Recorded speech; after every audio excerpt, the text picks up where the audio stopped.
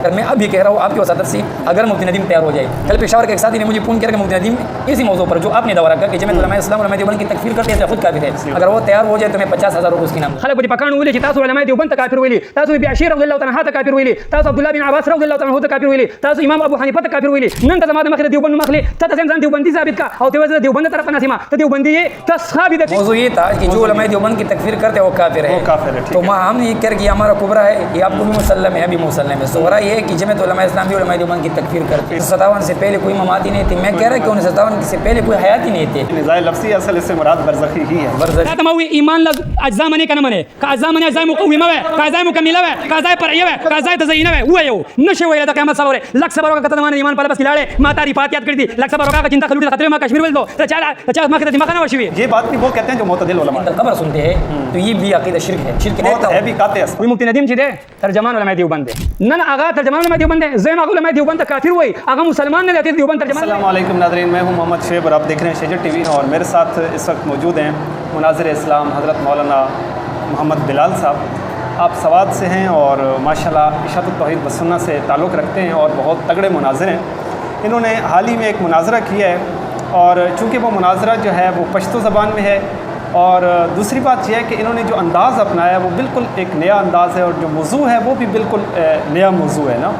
تو آج حضرت جی یہاں اجتماع پر تشریف لائے، میری ان سے ملاقات ہوئی تو میں نے سوچا کیوں نہ اس مناظرہ کی جو روداد ہے وہ بھی آپ کی خدمت میں پیش کی جائے اور آپ کو بھی بتایا جائے کہ یہ مناظرہ جو ہے کس موضوع پہ تھا، اس کا پس منظر کیا ہے، اس کا بیک گراؤنڈ کیا ہے. تو ساری صورتحال جو ہے وہ حضرت مولانا محمد بلال صاحب آپ کو بتائیں گے. حضرت جی کیسے مزاج ہیں آپ؟ ٹھیک ہے الحمدللہ. تو حال ہی میں آپ کا ایک مناظرہ ہوا ہے غالباً 30 اگست کو. تو آپ نے اس میں ایک بالکل ہی نیا طریقہ اپنایا ہے، نیا انداز اپنایا ہے اور نیا موضوع مقرر کیا ہے نا.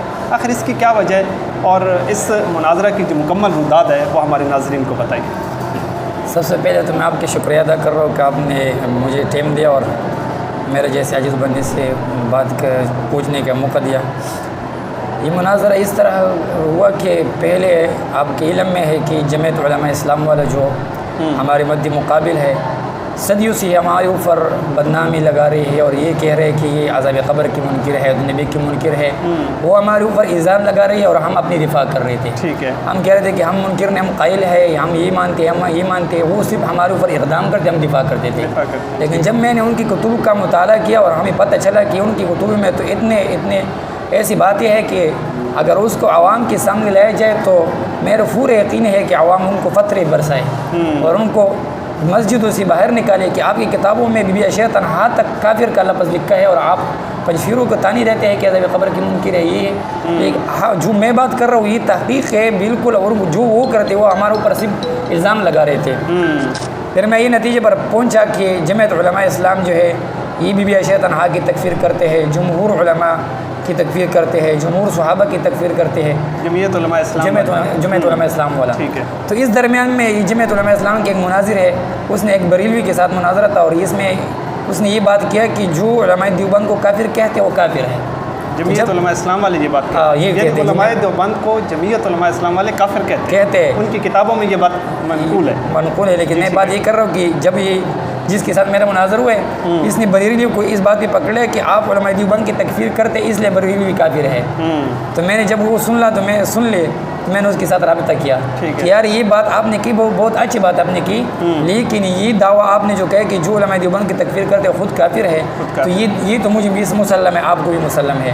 لیکن میں ایک دوسرا بات کہنا چاہتا ہوں کہ جمعیت علماء اسلام بھی علماء دیوبند کی تکفیر کرتے ہیں تو آپ کے فتوی پر خود اپنا فتوی پر کافر ہو جاتے ہیں. پھر اس کے درمیان ہمارا مناظرہ طے ہوا. موضوع یہ تھا کہ جو علماء دیوبند کی تکفیر کرتے وہ کافر ہے. تو ہم یہ کہہ کہ ہمارا کبرا ہے، یہ آپ کو بھی مسلم ہے، ابھی مسلم ہے. صغرا یہ ہے کہ جمعیت علماء اسلام بھی علماء دیوبند کی تکفیر کرتے ہیں. میں نے نتیجہ یہ نکالا کہ جمعیت علماء اسلام خود کافر ہے. اور پھر میں نے کتابوں سے دکھایا کہ آپ کی کتابوں میں سرفراز خان صفدر لکھ کے سماع المعطا میں کہ جو صفحہ نمبر 68 میں جو کہتے ہیں کہ مردی نہیں سنتے قرآن سے دلیل پکڑتے ہیں، قرآن کی تحریف ہے.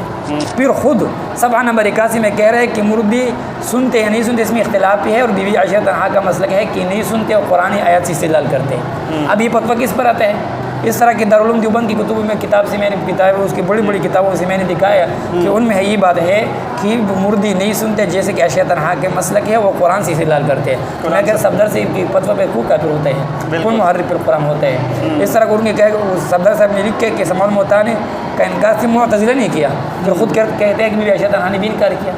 دوسرا ان کی کتاب ہے تحقیق المتین والا، وہ کہہ رہے کہ جو کہتے ہیں مردی نہیں سنتے اہل سنت والجماعت سے خارج ہے، بدعتی ہے، گمراہ ہے، اور اس طرح کے ہے زوال اور مزل ہے.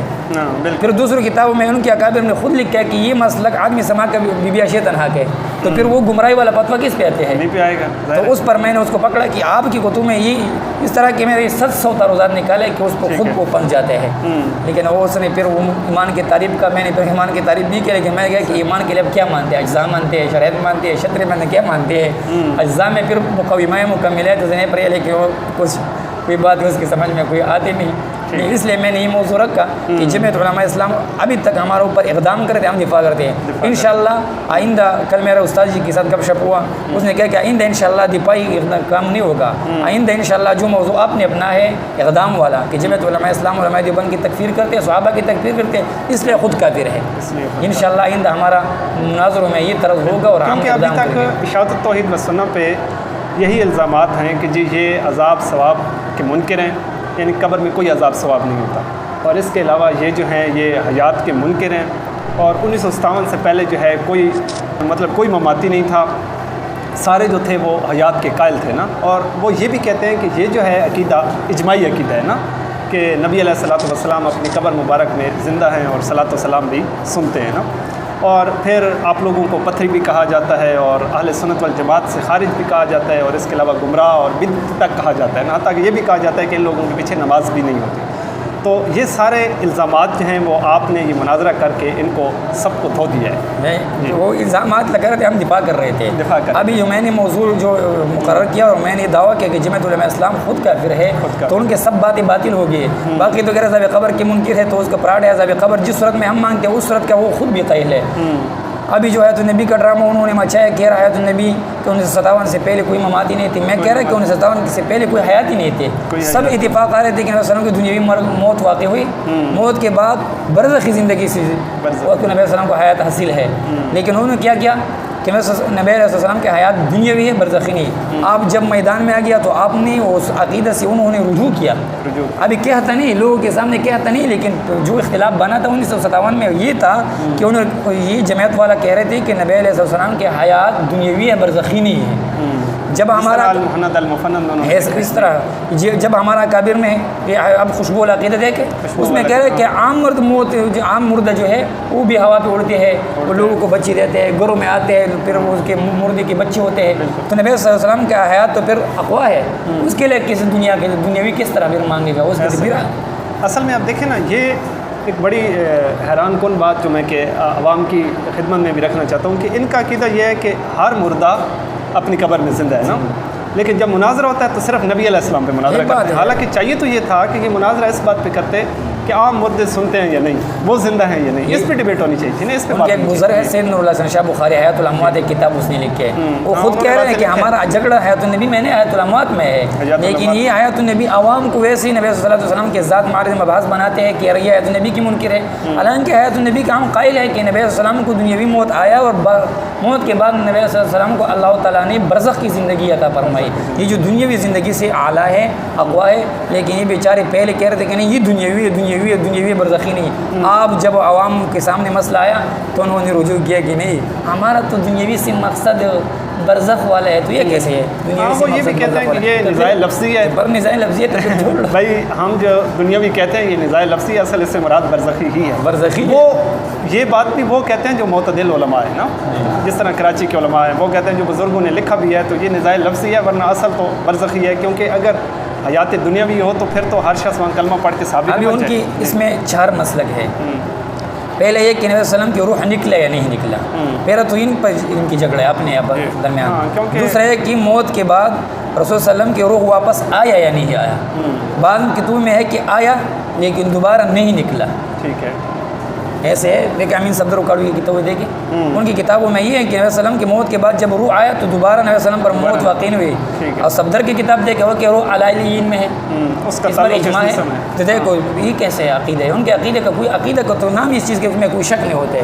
ان کا عقیدہ ہے نہیں کوئی, ان کے بنیاد کوئی نہیں, ان کی عقیدہ بندہ لیتے قرآن سے اور حدیث سے. تو پھر جب قرآن سے بندہ عقیدہ لیتے تو پھر اس میں کوئی تعارض آتا نہیں, کوئی تضاد ہوتا نہیں. لیکن جب ہار مانے کا ابھی حضرت یہ جو عند القبر کی بات ہے اس پہ بھی بڑی ڈیبیٹ ہوتی ہے نا کہ چلیں جی ویسے تو جو دور سے سننے کا قائل ہے وہ تو مشرک ہے جس طرح بریلوی میں, لیکن جو عند القبر سننے کا قائل ہے اس پہ کفر کا فتویٰ نہیں. اگر عادتاً کوئی بندہ عادتاً قائل ہے عند القبر ہو, خواہ عند القبر ہو یا عند الروضہ ہو یا جدے قبر قبرستان کے باہر ہو یا اندر ہو, ٹھیک ہے, ہمارا عقیدہ یہ ہے کہ موت کے بعد آپ کو پتہ ہے کہ اسباب منقطع ہو جاتے ہیں, جو سننے کا اسباب ہے.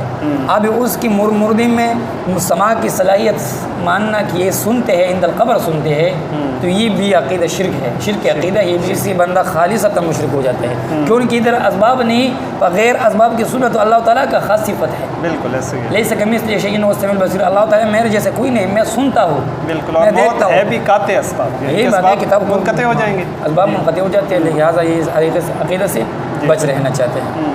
اچھا مفتی ندیم جو ہے وہ بھی میرے خیال میں آپ کو چیلنج کرتا رہتا ہے, آپ ان سے کوئی مناظرہ نہیں کرتے, ان سے بات نہیں کرتے, آخر کیوں؟ وجہ یہ ہے کہ مفتی ندیم نے پہلے مجھے چیلنج کیا کہ میرا آپ کا مناظرہ ہوگا, آپ کی بجائے کوئی دوسرا بندہ نہیں بیٹھے گا, نہ آپ کی کفارہ یا آپ کی فدیہ مجھے قبول ہوگا, میرا اور آپ کا مناظرہ ہوگا. میں نے کہا ٹھیک ہے, یہ مفتی ندیم نے کیا وہ میڈیا پر موجود ہے, ٹھیک ہے, میں نے چیلنج قبول کیا کہ ٹھیک ہے مناظرہ میرا اور آپ کا ہوگا. ایک اپنی طرف سے میں اکیلے بیٹھوں گا, اپنا کتاب خود نکالوں گا, خود پڑھوں گا, آپ ایسا کریں گے. اگر ایک شرط آپ کو قبول نہیں تو چلو اپنے معاون جو آپ کی معاون ہے وہ ساتھ لے آؤ. لیکن جب میں نے اس کو پکڑا اور ان کو 2-3 شاگردوں کو میں نے کیا کہتے ہیں اس تو اردو میں کہتے 2-3 شاگردوں کو میں نے اس کو پکڑا اور اس کا میں نے خوب رگڑا کیا. تو اب یہ مفتی ندیم صاحب کہہ رہے ہیں کہ آپ کے ساتھ میں مناظرہ اس لیے کہتے ہیں آپ پاگل ہیں, آپ مینٹل ہیں. دراصل وہ یہ سمجھتا ہے کہ میں اس کے ساتھ بیٹھ نہیں سکتا, بات نہیں کر سکتا, یعنی کہ ان کے پاس دلائل ہی نہیں ہے. آپ کو اس موضوع میں اس کے ساتھ دلائل نہیں ہے کہ جو میں نے دعویٰ رکھا کہ جمعیت علماء اسلام علماء دیوبند کی تکفیر کرتے اس لیے خود کافر ہے, جمہور صحابہ کی تکفیر کرتے اس لیے خود کافر ہے, تو اس مسئلے میں وہ آتا نہیں. وہ ندیم صاحب نے تو 2-3 موضوعات کیا کہ حیات النبی, سماع النبی, حیات الاموات. اس موضوع پر جب وہ آیا تو آپ پھر دیکھ لیں گے کہ انشاءاللہ اس کا حشر کیا ہوگا. میں عوام کو یہ کہہ رہا ہوں کہ مفتی ندیم پہلے کہہ رہے تھے کہ آپ میرے ساتھ مناظرہ کریں گے اور اکیلا کریں گے, میں اور آپ کروں گا. ابھی کیا ہوا کچھ مجھے کہہ رہے کہ آپ پاگل ہیں, پہلے چیلنج کیوں کہتے ہیں. لیکن یہ پرانا عادت کے ان کے آباء و اجداد نے بھی صحابہ کو اس طرح کے نبی صلی اللہ علیہ وسلم کے بارے میں کہا کذالک ما اتى الذين من قبل من رسول الا قالوا ساحر او مجنون. جو حق بیان کرتے اس کے بارے میں کہتے کہ پاگل ہے. اگر میں اب بھی کہہ رہا ہوں آپ کی وساطت سے, اگر مفتی ندیم تیار ہو جائے, کل پشاور کے ایک ساتھی نے مجھے فون کیا کہ مفتی ندیم اسی موضوع پر جو آپ نے دعویٰ رکھا کہ جمعیت علماء اسلام علماء دیوبند کی تکفیر کرتے اس لیے خود کافر ہے, اگر وہ تیار ہو جائے تو میں 50,000 روپئے اس کی نام دوں گا. لیکن وہ آتا نہیں آئیں گے انشاءاللہ, اس موضوع پر وہ نہیں آئیں گے انشاءاللہ. اچھا ادھر آپ کے علاقے میں سب سے زیادہ بحث کس موضوع پہ ہوتی ہے؟ یہ تو بات یہ ہوتے ہے, کل میں استاد جی کے ساتھ بیٹھا تھا, اس نے یہ بتایا کہ ہمارا محنت یہ ہے کہ حیات النبی, سماع الاموات, اس مسئلوں سے نکلو. یہ جو مسئلہ آپ نے دعویٰ رکھا یہ میرے ساری زندگی کی محنت ہے. کل علامہ صاحب کہہ رہے تھے, رات میں اس کے پاس تھے, کہ جو دعویٰ آپ نے رکھے ادھر مناظرے اس باتوں پر ہوتے ہیں کہ مردے سنتے ہیں نہیں سنتے حیات النبی, وہ الگ بات ہے. میرا موضوع ہے کہ جمعیت علماء اسلام ہر مسئلے میں علماء دیوبند کی تکفیر کرتے ہیں. جو مسئلہ اٹھاتے ہیں اس میں جمعیت علماء اسلام نے علماء دیوبند کی تکفیر کیا, اور یہ قاعدہ ان کو بھی مسلم ہے, مجھے بھی مسلم ہے, جو علماء دیوبند کی تکفیر کرتے ہیں خود کافر ہے. اب آپ نے ثابت کر دیا کہ وہ تکفیر کرتے ہیں, اب اس کا انہوں نے کیا جواب دیا؟ نہیں دیتے کوئی, اب پورا مناظرہ سنتے کوئی جواب بھی نہیں دے, کہہ رہے کہ موضوع سے اب بالآخر ہم نے کچھ ویڈیوز دیکھی ہیں کہ وہ آخر پہ بھاگ جاتے ہیں, پھر وہ بھاگ گیا آخر میں. جو گاؤں کے لوگ ہیں, مقامی لوگ ہیں, انہوں نے فیصلہ سنایا کہ یار جب ٹائم آیا تو وہ بھاگ گیا, سنت بھی نہیں پڑا, سنت چھوڑ کر بھاگ گئے تھے. ناظرین یہ تھے حضرت مولانا بلال صاحب جو کہ سوات سے اس وقت اجتماع پر تشریف لائے ہیں, اور انہوں نے شجر ٹی وی کو وقت دیا, اپنے خیالات کا اظہار فرمایا. اور جو 30 اگست کو مناظرہ ہوا تھا اس کی جو رودات ہے پاکستان کے جو وابستہ لوگ ہیں وہ سننا چاہتے تھے کہ آخر اس مناظرہ کی حقیقت کیا ہے، لیکن چونکہ مناظرہ پشتو میں تھا تو جو لوگ پشتو نہیں سمجھ سکتے ان کے لیے یہ بڑا مسئلہ تھا، تو حضرت جی نے اردو میں اب اس پورے مناظرہ کی رودات جو ہے وہ آپ کے سامنے رکھی ہے۔ تو امید ہے کہ آپ کو اس مناظرہ کی تمام سٹوری جو ہے وہ معلوم ہو گئی ہوگی۔ تو اسی کے ساتھ ہم آپ سے اجازت چاہیں گے۔